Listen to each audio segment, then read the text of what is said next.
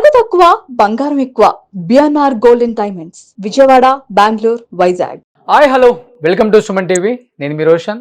సూర్యాపేట జిల్లాలో యార్కారం అనే విలేజ్ లో అతి దారుణంగా ఒక బీఆర్ఎస్ నేతని 3 ముక్కలుగా నరికి 3 గోనె సంచుల్లో పెట్టడం నిజంగా ఒక్కసారిగా రెండు తెలుగు రాష్ట్రాల్లో ఈ న్యూస్ విన్న తర్వాత కలిసివేసిందని చెప్పుకోవచ్చు.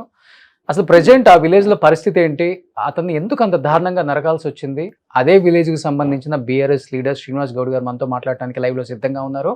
శ్రీనివాస్ గౌడ్ గారు, ఏంటి అసలు పరిస్థితి?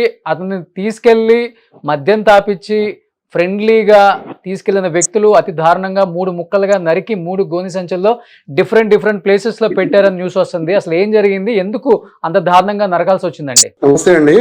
ఎల్కారం అనే గ్రామంలో గత 6 సంవత్సరాల క్రితం మా యొక్క మాజీ సర్పంచ్ ఉండెద్ది వెంకన్న గారిని సింగిల్ ఎలక్షన్ సందర్భంగా ప్రచారం చేసుకున్న సందర్భంలో కాంగ్రెస్ పార్టీకి సంబంధించినటువంటి గుండాలు ఒక ఇంట్లోకి ప్రచారానికి వెళ్ళగా వారు అత్యంత దారుణంగా గొడ్డలతో వేటగొడవతో నరికి చంపడం జరిగింది.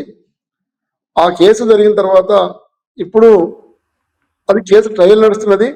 దాంట్లో ప్రస్తుతం హత్య గావించబడినటువంటి మా బీఆర్ఎస్ నాయకులు చంద్రపాటి మధు గారు, వారి వైపు అక్కడ సర్పంచ్ ఉండే, తనే ఆ రోజు ప్రత్యక్షంగా ఉన్నాడు కాబట్టి అందులో ప్రత్యక్షంగా ఈ మధ్యన కేసు ట్రయల్కి వచ్చింది.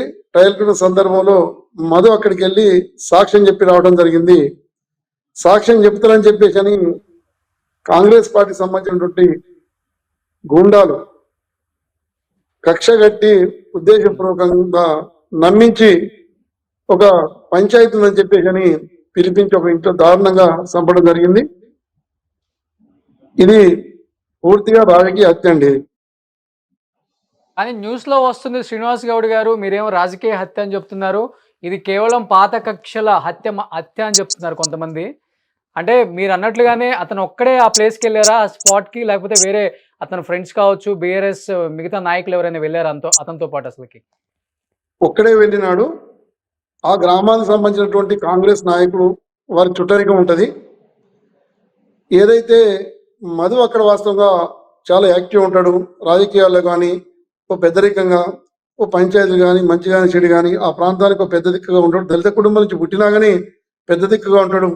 ఏదో పంచాయతీ ఉందని చెప్పేసి అని ఒక మీడియేటర్ని పెడితే తను నమ్మి ఆ ఇంటికి వెళ్ళడం జరిగింది. ఆల్రెడీ వాళ్ళు ప్లాన్ గా ఉన్నారు కాబట్టి ఆ ఇంట్లోకి వెళ్ళిన సందర్భంలోనే వాళ్ళు ఆల్రెడీ మాట వేసుకున్నారు కాబట్టి వెంటనే హత్య చేసినారు. కానీ ఎంత ప్రీ ప్లాన్ అంటే ఇది 100% పోలీస్ మద్దతుతో జరిగిన హత్య అని చెప్పేసి మేము భావిస్తున్నాం. ఎందుకంటే 12 గంటల వరకు మా పార్టీ క్యాంప్ ఆఫీస్ లో ఉన్నాడు, ఎమ్మెల్యే గారి క్యాంప్ ఆఫీస్ లో 12 గంటలకు మా దగ్గర ఉన్నాడు. తను 12 గంటల ప్రాంతానికి ఒక ఫోన్ వచ్చింది. ఫోన్ రాగానే అతను వెళ్ళిపోవడం జరిగింది. అప్పటికి కూడా తన వైఫ్ మౌనికి ఏదైతుందో తను అప్పటికే ఫోన్ చేసింది. మీరు ఎక్కడున్నారని చెప్పేసి అంటే క్యాంప్ ఆఫీస్ లో ఉన్నా, తప్పకుండా ఇంటికి వస్తా అని చెప్పేసి అన్నాడు. ఆ సమయంలో ఒక ఫోన్ రావడం జరిగింది. ఆ ఫోన్ కూడా కాంగ్రెస్ పార్టీకి సంబంధించినటువంటి వాళ్ళు ప్లాన్ చేసి వీళ్ళకి సంబంధించిన ఒక చుట్టంతో మీడియేటింగ్ పెట్టించేసి ఆ రూమ్ తీసుకెళ్లడం జరిగింది. నిజమే కదా అని చెప్పేసి ఎవరైనా నమ్మిపోతారు. అదే గొడవ ఉందో పంచాయతీ ఉందని ఏం చెప్పిన విషయాలు తెలియదు. కానీ ఆ రూమ్కి వెళ్ళిన తర్వాత ఇమీడియట్ ఒక ప్లాన్ బట్టి మర్డర్ చేసిన తర్వాత ఆ హత్యని కూడా వాస్తవంగా హత్య జరిగితే కుటుంబానికి కానీ చుట్టుపక్కల ప్రజలకు తెలుస్తుంది. ఆ రోజు వాస్తవం చూడండి ఒకసారి, ఇది 100% ప్రభుత్వ పోలీసు హత్య. ఎందుకంటే జరిగింది సాయంత్రం ఏ టైంలో జరిగింది? కేకలు వేయటం కానీ, అతని కేకలకి ఎవరన్నా రావటం కానీ, కాపాడాలను అనుకోవటం కానీ ఏం జరగలేదు. అసలుకి ఏ టైంలో జరిగింది? అదే అండి, మీకు ఇప్పుడే చెప్పబోతున్నది విషయాన్ని స్పష్టంగా.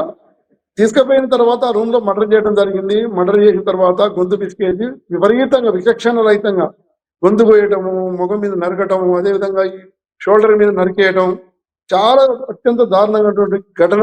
అది చూడడానికి భయంకరమైన ఘటన చేశారు. ఆ చనిపోయిన తర్వాత 8 గంటల వరకు కూడా ఫోన్ రింగ్ అయితేనే ఉన్నది. చివరకు ఎంత ఘోరం అంటే ఒక కానిస్టేబుల్ మధు వాళ్ళ మేనల్లుడు ఉంటాడు ఆ విలేజ్ లో. ఒక పోలీస్ కానిస్టేబుల్ ఫోన్ చేసి నీ మధు ఎక్కడ ఉన్నాడు, ఎక్కడ తిరుగుతున్నాడు, అవుపడ్డా, ఏమైనా ఫోన్ చేసినవా అని చెప్పేసి అంటే, మధు ఎక్కడ ఉంటాడు సార్, సూర్యాపేటలో ఉంటాడు కదా ఫ్యామిలీతో అంటే, లేదు కన్ఫర్మ్ చేసుకుంటానికి అని చెప్పేసి అని అనగానే రాత్రి 10:30 వరకు పోలీసులు ఫోన్ చేయాలి. 10:30కు ఆ ఊరికి సంబంధించినటువంటి ఈ మధువాల చుట్టా ఉంటాడు మేనల్లుడు, ఆ నవీన్ అనే అబ్బాయికి ఫోన్ చేస్తే నవీన్ వెళ్ళి ఆ అమ్మాయికి మౌనికకు ఫోన్ చేసి ఇట్లా కానిస్టేబుల్ ఫోన్ చేసి ఏందక్క వస్తామా అని చెప్పేసి అంటే అప్పుడు మౌనిక అయితేంది, అక్కడ లోకల్ ఉండే కార్యకర్తలు అయితేంది, మా లీడర్స్ అయితేంది, అరే మధుకు ఎందుకు ఇప్పటివరకు లాడని చెప్పేసి ఎంక్వైరీ చేస్తే చక్కగా రూరల్ పోస్టింగ్ పోయారు. రూరల్ పోస్టింగ్ పోతే 10-11 గంటల ప్రాంతాన ఆ అమ్మాయి ఇక్కడ కాదు, నీ భర్త పోయింది సూర్యాపేట టౌన్ నుండి కదా, మీరు సూర్యాపేట టౌన్ లో కంప్లైంట్ ఇవ్వని చెప్పేసి అన్నారు. పాపం ఇద్దరు చిన్న పిల్లలు, ఒక చిన్న కూతురు పాలు చిక్కుతున్న పాప, ఒక చిన్న పాప, పోతే వాళ్ళ ఆడ కూతురు ఆడబిడ్డ, వీళ్ళందరూ కలిసి టౌన్ పోలీస్ పోయి కంప్లైంట్ ఇచ్చిన తర్వాత సరమ్మ వెతుకుదాం అని చెప్పేసి అని వాస్తవంగా పోలీసులు చెప్పిన తర్వాతనే మాకు సమాచారం వచ్చింది. ఒకటే అండి, పోలీసులకు నిందితులకు సంబంధం లేకుండా ఉంటే, ఇది రాజకీయ హత్య కాకుండా ఉంటే, అతను డెడ్ బాడీని తీసుకుపోయింది ఎలకారం అనే విలేజ్ దాటిన తర్వాత ఒక మోరిలో కనీసం 11-12 గంటల వరకు అక్కడ మనిషి కూడా తిరిగాడు. ఒక మోరిలో ఏదైతే ఎస్ఆర్సీ కెనాల్ పోతుందో కెనాల్ పోయి మోరి లోపల పెట్టిరు.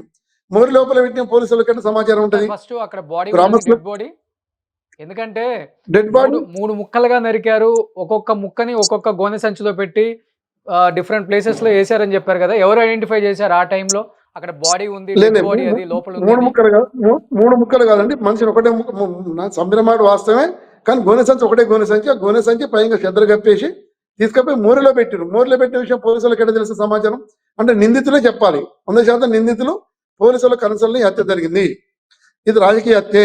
కాంగ్రెస్ పార్టీ దుర్మార్గంగా హత్య అధికారాన్ని అడ్డం పెట్టుకొని ఇప్పటికి మా నాయకులు చాలా మంది కోల్పోయినాం. ఎందుకంటే గతంలో ఇక్కడ మంత్రి జగదీష్ గారు ఉన్నారు, కేసీఆర్ గారు ఉన్నప్పుడు, గతంలో మీ అధికారం ఉన్నప్పుడు మా సర్పంచ్ చంపినా సరే హత్య చేస్తే ఒక్క ఇల్లు కూడా ధ్వంసం చేయలేదు, ఒక్క నిప్పింది పెట్టలేదు. ఆ తర్వాత ప్రతిపక్షాలు ఉన్నాం, ప్రతిపక్షాలు ఉన్నా సరే ఉద్దేశపూర్వకంగానే ఒకటే అండి, 100% మా మాజీ సర్పంచ్ని చంపినారు కాబట్టి, అతను హత్య చేశారు కాబట్టి, హత్యలో మాది కీలక పాత్ర పోషించి వారిని శిక్ష పడాలని చెప్పేసి అని గట్టిగా ప్రయత్నం చేస్తున్నారు కాబట్టి చెప్పారు. మరి అంత తప్పకుండా పాత కక్షలు ఏమున్నాయో అర్థం కాలేదు, కానీ చాలా కిరాతకంగా ఫేస్ అయితే చూడలేకపోతున్నాం, అంత కిరాతకంగా నరికారు ఫేస్ అయితే. సార్ ఒకటే, ఈ వారం రోజుల్లో వాళ్ళకు శిక్ష కన్ఫామ్ అవుతున్నది. ఈయన మూలంగానే మీ అందరం అవుతుందని చెప్పేసి నా గ్రామానికి సంబంధించినటువంటి ముఖ్య కార్యకర్తలు ప్రతి ఒక్కరు కాంగ్రెస్ పార్టీ లీడర్లే వాళ్ళు.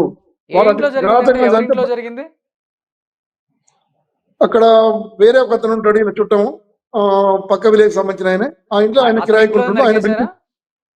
ఆ ఇంట్లో నరికేశారు, ఆ, ఆ ఇంట్లో నరికేశారు, కిరాతంగా నరికారు. చూడడానికి భయంకరంగా ఉండేది అనమాట. ఇది 100% పోలీసులు చూసారా ఒకటే సార్ మీరు? ఏమంటారంటే స్పాట్ లో తెలియగానే స్పాట్ కి వెళ్ళిపోయి డెడ్ బాడీని చూసారా? ఎలా ఉంది అప్పుడు?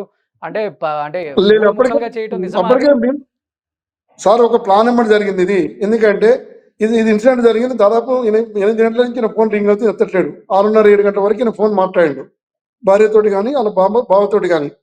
8 తర్వాత ఇది జరిగింది. పోలీసులు ఎప్పుడు దాన్ని కన్ఫర్మ్ చేశారు? 10:30-11 గంటలకు బయటికి లీక్ చేశారు. అంటే దీని అర్థం ఏంటంటే డే టైంలో ఈ యొక్క మధు హత్య బయటకు వస్తే లా అండ్ ఆర్డర్ కంట్రోల్ తప్పుతుంది అని చెప్పేసి అని ప్రీ ప్లాన్ ఏమంటే లీకులు ఇచ్చారు. ఫస్ట్ లీకులు ఇచ్చేసి చనిపోయి ఉండొచ్చు, చనిపోయిందట అని చెప్పేసి అని రాత్రి ప్రజలంతా పడుకున్న తర్వాత ఈ వాస్తవం లీక్ చేశారు. పోలీసు వాళ్ళకే కుటుంబ సభ్యుల కంటే ముందు పోలీసులకి సమాచారం ఉంటుంది సార్.